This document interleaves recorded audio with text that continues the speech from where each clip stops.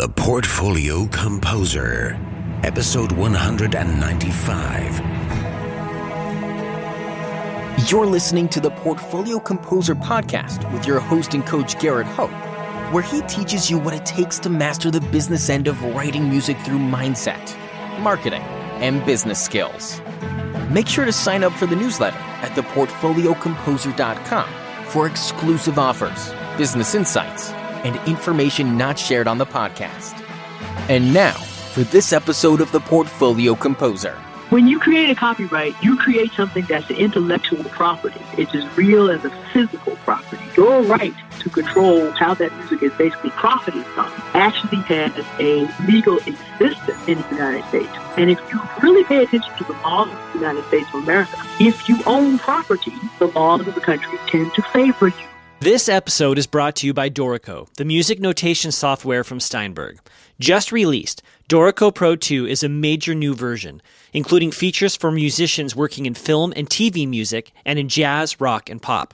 Steinberg have also released Dorico Elements, a new entry-level application that packs all of the essential power of Dorico Pro into a simple, streamlined package that is ideal for those getting started. Find out more later in the show. Hello, and welcome to this episode of The Portfolio Composer. I am your host, your coach, your teacher, Garrett Hope. Before we get into today's interview, I want to ask you to save the date. November 10th, 2018, in Chicago, we are hosting this live event for episode 200.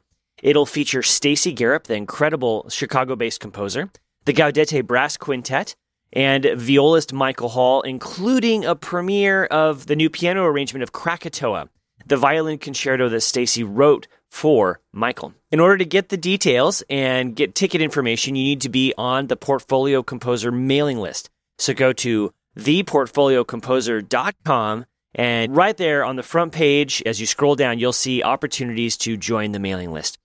I'm also putting together a career launching workshop, a 2-hour event where we can do some heavy lifting to help you get your career off the ground. And there will be discounts for students available. So again, go to theportfoliocomposer.com and sign up for the mailing list. Today's guest is composer Deanne Matthews. She is the author of The Freedom Guide for Music Creators, a concise book explaining the basics of the music business. She is also the creative director of Praising Pilgrim's Music, a publishing company of music and music-related materials based in San Francisco, California. Ms. Matthews is also active in several musical, educational, and community organizations in the San Francisco Bay Area, and with several choirs. And she recently just wrote a brand new course, which is available on Teachable, about how to copyright music. And that's why I invited her on the show, so we can talk about this. And she created a course, and there's a special link for you to follow, theportfoliocomposer.com/copyright guide. You'll learn more about that in just a minute. And now, on to Deanne. Are you still based in California right now? Yep, I'm still here in San Francisco. Got a lot going on, writing music for the children's choirs that I work with now. I'm not doing this for the adults, but there's children's workshop come through every year, and I have a regular standing choir with doing my arrangement of the Hallelujah Chorus again for Christmas time now. Got that coming up. So I'm still here. I tell people I serve the underserved, and that's where my heart really is. I serve everybody, but it's just like I think of them, and I'm like, well, this is their opportunity to have what I had. Well, I think it's Let me wonderful. humble all down. Yeah, we need to do more to help these people who don't have the opportunities. Yeah, I mean, it's just, it's not so much a racial thing. If you are someone who does not have a real firm economic base underneath you, I don't really care what color you are. Public schools are no longer teaching music allowed. So my fear is that we're going to raise a generation of people who really do not understand music except something that comes out of a little pod or something that happens electronically. And so I feel like one of the great privileges of my life is to be able to take a significant portion of this generation and expose them to the practice of making and enjoying music. And obviously I have an adult community choir that still meets from time to time, keeping elders and people middle-aged and people my age, I'm 37, connected with real music is important also. So that's a lot of my musical thinking goes into that massive responsibility Mhm. of keeping people connected with real music. That's great. Love it. So I know that you've recently written a new course and you shared it with me, and I'm so excited to share it with the Portfolio Composer audience. So let's talk about that a little bit. What is the name of your new course? The name of the course is The Ultimate Guide to Copyright Songs. Why did you feel like this was the right time to make this course? Well, before doing a course, I'm a published author. Who's my I was trained in journalism in addition to music, and I put out the Freedom Guide for Music Creators. I did 3 editions of this book. And I can notice the world is kind of going audio-visual. People are taking in more and more information by looking at video and by having someone talk to them. And I also have a voice that people seem to enjoy listening to. So with those 2 things, I said I can put out a 4th edition of this book, or I can reach people where people are really looking for information right now. We're not reading as much as a culture. And then I sat down and tried to write out, if I was going to walk someone through the copyright process on paper, I did it, and then I realized it's too complicated from the way we take in information now. It would be better for me to just walk people through step by step in a visual way, because everybody's not somebody like me who loves to sit there and look at a great page. That's just not how we do things now. So I said, let me make something that's accessible to more people and not just my preferences, but what can really help the largest number of people. So that was back in April-ish, May. And that's sort of where, I literally went to bed that night and said, Lord, I think I'm going to need to turn this into a course. And the next day, resources and ideas about how to do it literally started rolling up on Facebook. So, that's how that happened. Wow. And so now you've made a course, and it's available where? This is available on Teachable.com. Wonderful website for those who are looking to really educate themselves at their own pace. Everyone who's listening, this is an affiliate link for me. So when you do this, you buy the course. It doesn't cost you anything extra, but then I get a small little royalty. And so that helps keep the lights on here at the Portfolio Composer, and you get an incredible guide to copyright. And I'm not making that up. Deanne shared with me the content of her course. I've seen the videos, and I learned quite a bit going through it myself. Deanne, why is copyright so important?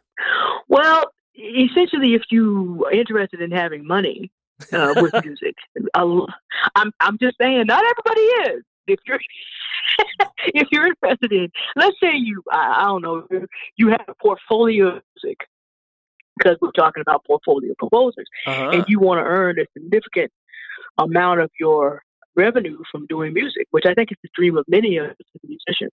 So you put your work out there. One of the fears that stops composers that I know is that they feel it's going to get stolen and someone else is going to make all the money.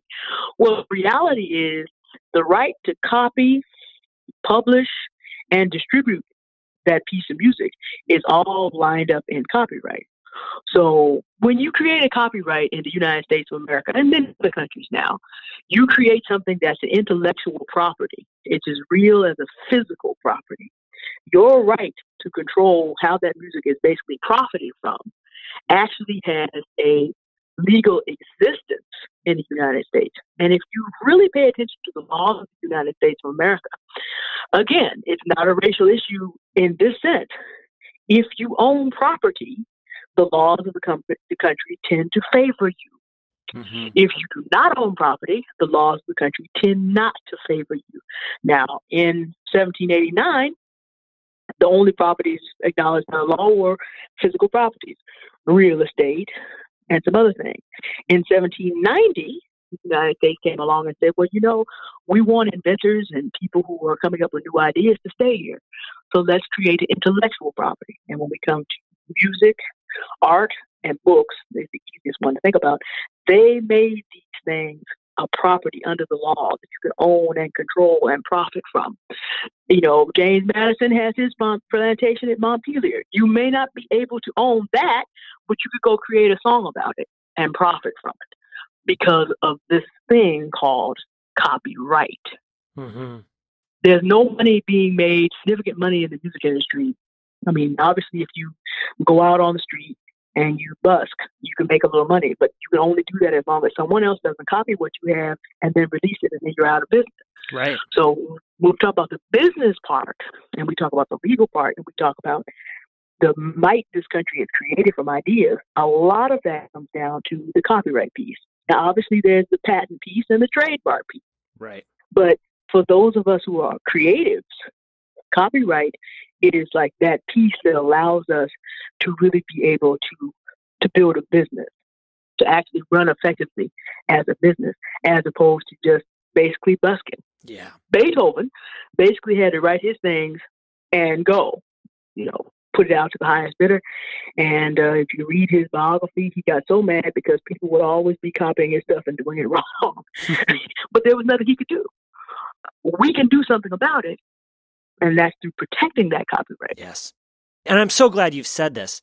And quite literally, this comes from the old publishing world where the owner of the copyright is the only one who can legally make copies. Yes. And I have argued on my blog about how our compositions are assets. Yeah. And I like Robert Kiyosaki's definition the best. And he says, an asset is something that puts money in your pocket, and a liability is something that takes something out of your pocket. And if you want the money you create to put money in your pocket, you have to treat it like an asset. Yes. And that means you have to own it, and you have to treat it like a property, so you register it with the government. Exactly. Robert Kiyosaki, actually, I love his books. I got a bunch of them. They actually set me on my way to creating that asset I call my first book. Yay!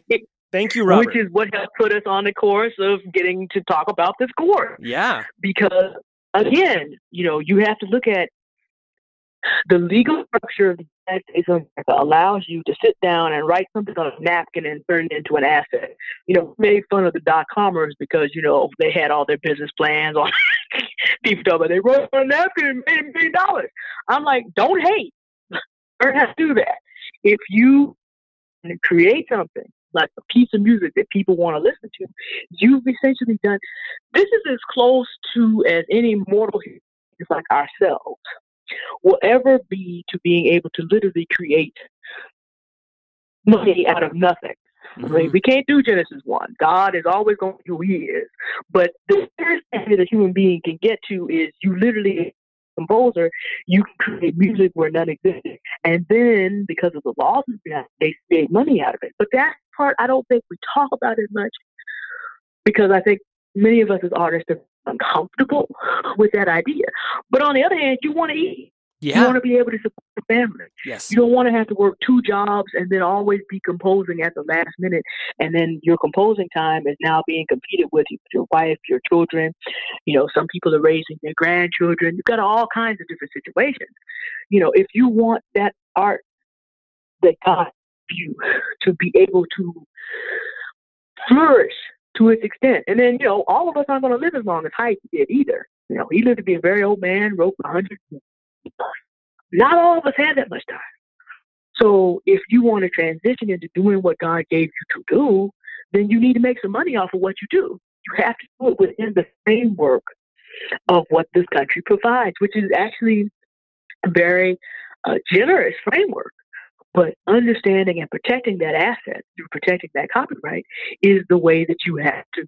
Well, it's not the way that you have to go, but it is the way that is. Some things are, it's just like the way is there for you. You can your own path to the bushes if you want, but that takes time. There's a way that's got good rails, good rails. And it gives you legal protection. Yes. I mean, the law says as soon as you put that double bar on your piece of music, as soon as it's done, it's copyrighted. Yes. But you don't have a legal defense. You can't go to a court of law and say, I own this. You can't prove it. It's very difficult, we should say, unless you file the copyright. Right. And one of the very scary things about this is, okay, we don't live in 1790. They say that when Michael Jackson passed on, the news about his death passed around the world in 7 seconds. Now, I want you to just think about that. Let's just say, person X creates a great piece of music. And this is actually in the bonus materials for my course. I talk about this. Around the world, once you get your United States copyright protection, You got all these different countries that have treaties with the United States about this. So once you have copyright protection, you have protection in more than 150 countries. The number changes a little bit every day, so I don't have it in front of me, but I know it's more than 150. If you create that same piece of music, you don't do any protection of it, that same piece of music can get popular and be around the world in 7 seconds. The problem is you are never going to have an opportunity to go to. I've had music of mine end up being played in like India, for example. Most of us are not going to have the money to get together to go half around the world and defend rights, and then have the court say you don't have any standing here because you haven't used the treaty that exists that would have allowed us to put this out. Mm-hmm. That's why I say, there's a path here that's laid out really well that can be very helpful. And I'm not saying, because I don't want to lead anybody on, just because you register copyright, that doesn't mean people will not try to do stupid stuff. What it does mean is wherever in the world you find out that money is being made, copyright protection means you have a very good chance of going to get it. There are some advantages to living one of the most powerful, actually, if not the most. Yeah, pretty much right now, I can't think of anybody else who could beat us. There are advantages to living in the most powerful nation on earth, which is when you have a document that says this is backed by the full faith and credit of the United States of America, that means something.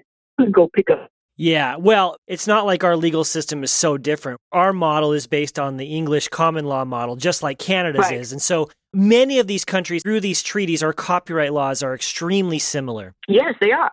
There's an old one and there's a new one. I talk about the Berne Convention is the oldest one. It's not 1790, but it goes back quite a long way. And then the acronym is WIPO, but it's basically the World Intellectual Property Agreement. That's not quite the right name, but that's the latest one. They call it the World Copyright Act just for short. Those encompass like 175 countries between them. I mean, if you were to go and add it all up. And they all based, because the United States kind of got out there first on putting out real copyright law. A lot of people's copyright law are very similar, like the British Empire kind of took their cues from us, and then all the places with English-speaking world where English is spoken, they kind of looked at the same thing. So the British Empire has very similar copyright laws. A lot of other countries then took that in Europe as a model, and it kind of rolled from there. So if you have it here, it holds. Everywhere that there's an agreement that says it does, which is a beautiful thing. We're in a global environment. What United States copyright protection offers you is a chance to navigate in that global environment and bless people everywhere with the music, but also be blessed yourself and get paid.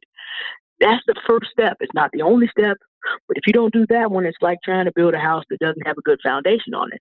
I don't care how good the house looks. When the walls start cracking, that's not going to look good. If you don't have your foundation in place, your copyright protection, everything you try to build with is in danger.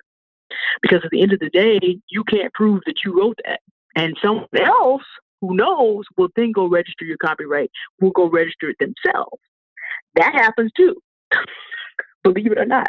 History is full of that happening. This episode is sponsored by Dorico, the future of scoring. And we want to feature real Dorico users so you can know that real composers out in the world today are using Dorico to make their careers happen. My name is George Dimitrov, and I am a composer and an educator, a professor in Montreal at Concordia University. I started using Dorico right away because I had followed Daniel Spreadbury's blog for a while and I was expecting eagerly the software. I'm incredibly happy. I find it way more intuitive, easy, and fun. I think I work faster, a little bit faster, but especially with a lot more quality as a result. And in particular, in composition, I'm able to do certain things that I just couldn't have done ever. I really like their no-compromise approach to developing features. I mean, they're never accepting to do any hack or shortcut. So a feature either isn't there, or if it's there, it's really well thought out and done. And I think that in the end, it's something that pays us. It's a software that you just enjoy using because the things that are there are really smart and intelligent and well done. But in terms of feature, I think what I like most is the time signatures.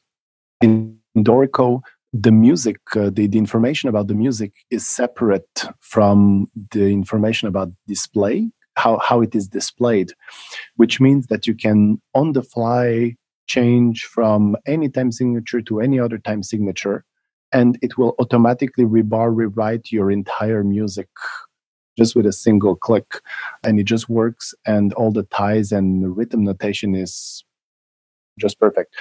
And it allows to do all kinds of really complex time signatures for me as a contemporary composer, irregular, additive, irrational time signatures, or even the ability to write without any time signature at all. I feel that things are more intuitive. It's more logically organized. I feel that I'm working more conceptually with the music. The way everything is really conceptual, that's what makes the program smart. From the user perspective, it makes things more logical. I feel, and in general, I feel I'm working faster with better results. I feel that really Dorico is the future, the way that they are developing it. In about a year or two, it will be way ahead of the competition. So I'm really do recommend it. The kind folks at Dorico have set up a special web page so you can go and download a free 30-day trial copy of Dorico. So go and do that. Have been using the program and I'm absolutely in love with it. Go to dorico.com/TPC. Okay, so Deanne, here's a question then. Sure. Isn't it simple? Can't I just go to the Copyright Office website and fill out a form? Well, yes and no. You have to think about, okay, now let me just say, I know that all the people listening to us are highly intelligent people. And yes, as a highly intelligent person, yes, you could go figure this out on your own. The problem is, how much time would you rather spend on that rather than doing music, taking care of your life?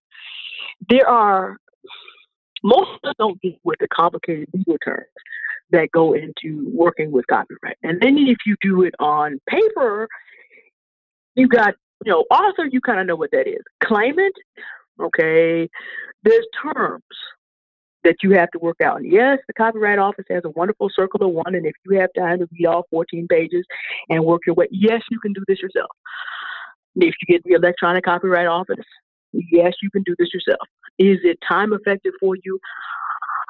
I don't know. I know a lot of composers. I have a friend who has not only created all this music, but he's even worked out an entire play around it. He came up with the concept, some of his friends helped him. They just released this play. He has this fantastic song, and he has not been able to bring himself to sit down and go through this process.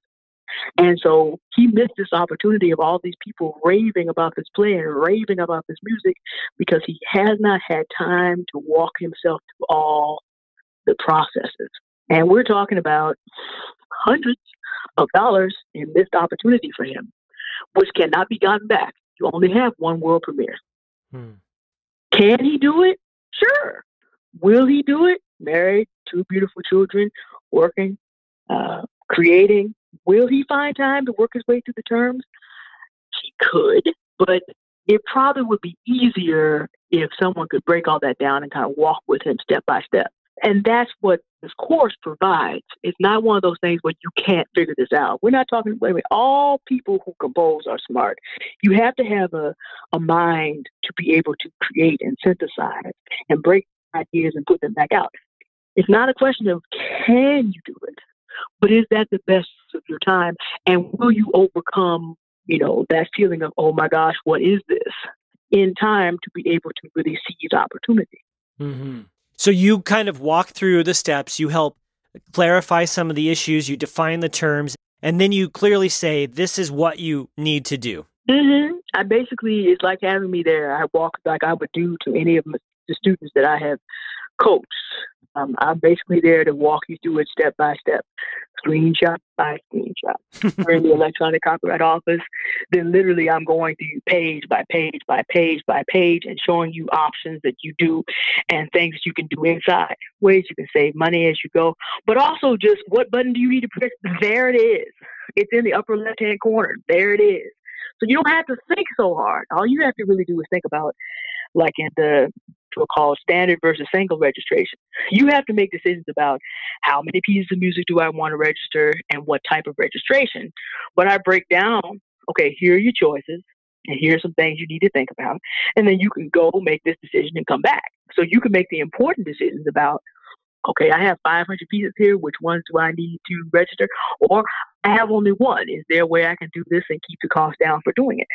You get to make the important decisions, but I help you just understand what the options are, and whatever you choose, we go through it page by page by page by page. So you get to the last screen where you hit the green button, and then that's it. You're registered. Sounds fantastic. So how much does this cost? This course is $197. It represents the accumulated wisdom of my 12 years of writing, teaching, and coaching about this. And it also represents all the time that can be saved. Once you know how to do this, that's right, then you go ahead and you do this for the rest of your life. Now, I may update the course as time goes on because, technology changes a little bit. Law changes. Little modules you put out and put back in. That's just technology. You have to update your stuff, but it'll always be updated. So when you log back in, if I hear like, they've changed the so-and-so, great, I'm going to go in, update that module. But what you have here, we're talking about you now having the ability to build a proper business on top of your music, to really protect that asset and be able to have the confidence to go into 150 plus countries in the world and know that your music is protected. I always ask people, how much is the proper disposition of your music worth to you? If it's not worth $197, God bless and keep you. That's right. But I would think that is a relatively low price to pay. And so I'm Gary, we're going to continue to know each other. So if people have questions, if people in Portfolio Compose, I'm also available. Right. You can contact me on Teachable through the contact links, but also it's like, okay, if Mr. Garrett Hope calls and says, my people are really having trouble with this part, I'm like, I'm there. What do I need to do? I know you will be. It's great. You have my phone number. I do. So just like, if there's real problems, you call me and I'll fix it. Simple. Simple. I think $197 is completely reasonable. And if I was going to hire you to stand over my shoulder and walk me through the forms, it would cost me more than that because of the time involved. And then you'd leave. But this way, I get access to the resource that I can come back to again and again and again. Yeah. And if you want to get this course, it's the portfoliocomposer.com/copyright guide. Yes. I mean, again, the process of creating assets is just like, we would not be mad at anybody. We would not be frustrated. We would not misunderstand. No one buys a piece of land to just sit there and look at it. Mm-hmm. You're going to do something with it in general. You're not going to grow weeds. We're going to grow something on it. We're going to build something on it. And we all understand there's a value to that. Well, anything that you can copyright is an asset that's the same way. I'm not trying to break the bank for anyone. But at the same time, there are other courses that I already have in mind. I'm thinking now about, songwriting for people who have music with a message as opposed to trying to chase that contract. All these things. And then there's this other thing about I have to live and eat and do those things as well. So as we go through this process of valuing our intellectual properties, let's just understand we're paying for the value of that to ourselves. We're also paying so that the person who is blessing us with this information can continue to keep going. And when you really put that in, again, how much is your music worth to you? So don't be stuck on the ticket shock. There's a lot of benefit that comes to you, and there's some benefit that comes back to me and to you also, Garrett, and also to the composing community because we continue to put this out more. Oh, yeah. And so let's just, go with it. It's going to be worth you having it, and you're not only going to help yourself, but you're going to continue to move it out to other composers as well by your purchase. And I say in advance, thank you. Oh, yeah. If you take a big picture too, you could hire an assistant at an hourly rate to do this for you, but then you're paying for their learning curve. Or you could hire a lawyer and pay them $250 an hour for them to fill out your forms. $250? Oh, no. Or more. No. No. Look, when I started the process, 12 years ago, they were working at a low end was $250 an hour. I mean, No, intellectual property lawyers, they make bank. And just for the record, this is not something that you get a property lawyer to do, because you could figure it out, but you have to look at how much do you work for per hour. Yep. Let's say you have a job as a professional, white-collar job, in addition to being a composer. How much do you get paid an hour? This is going to take you to figure out. I mean, there are some people who pick up these things quickly, but in the middle of you doing your life, it's going to cost you hours and hours of time. So you got to look at that part. And then you got to look at, okay, so my time is worth for me, let's say $20 an hour. If I can learn this in 10 hours and utilize it, okay, I'm up to $197, $200. But if I get interrupted and this takes days and days, this course run time is about an hour. I mean, if you add up all the minutes of the videos, they're not long. They're broken down into like, here's this, and let's move on to the next one. So you're also paying to save 9, 10 hours, multiple days of your own time. So not only how much is your music worth to you, but how much is your own time per hour worth to you? There's a lot of things to really consider. And again, there is so much opportunity out there for musicians. And as I say, part of what motivated me to do the book and this course is that my heart hurts when I know great composers who are just paralyzed with fear. What I really want to do is just remove that forever. Yeah. And get on to that next stage where composers can put their music out there and know that they have what they need to be able to have that comfort, of that settledness. And that's really, I mean, literally I have people crying on my shoulders, and it affects me to even talk about that. And I really want that to stop. I really need that to stop. So that's really the heart of this. In addition, I need to do other things. Well, I can't do things for free anymore. I used to. Can't do that. I'm getting older, just like everybody else. Got things to do, things to plan. But as part of this is my love gift to my fellow musicians, composers, to put an end to the pain and free us to move forward. Yeah, I love it. Deanne, thank you for creating the course. Thank you for joining me on the podcast today to talk about it. I've enjoyed this conversation tremendously. You know the intellectual property law inside and out, and you can guide us through the process. So thank you. Thank you. I really appreciate being able to speak to the portfolio composers users. I mean, I thank y'all. I watch what you do. I'm like, I want to read that book. I've just been busy creating the course, but I'm gonna catch up. Yeah. Lots of things to learn and listen to. So once again, it's the portfoliocomposer.com/copyright guide, all one word, and that'll take you to Deanne's course. And then I get a small commission from that, and that helps me keep the lights on here and build more content for you guys. So if you're interested in this course at all, follow that link. I'll also put it in the show notes on the podcast episode itself, so you can probably find it in your podcatching app and on the website. So the portfoliocomposer.com/copyright guide. Deanne, before we go, are there any last words of wisdom or pieces of advice you'd like to share with the audience? Keep making music.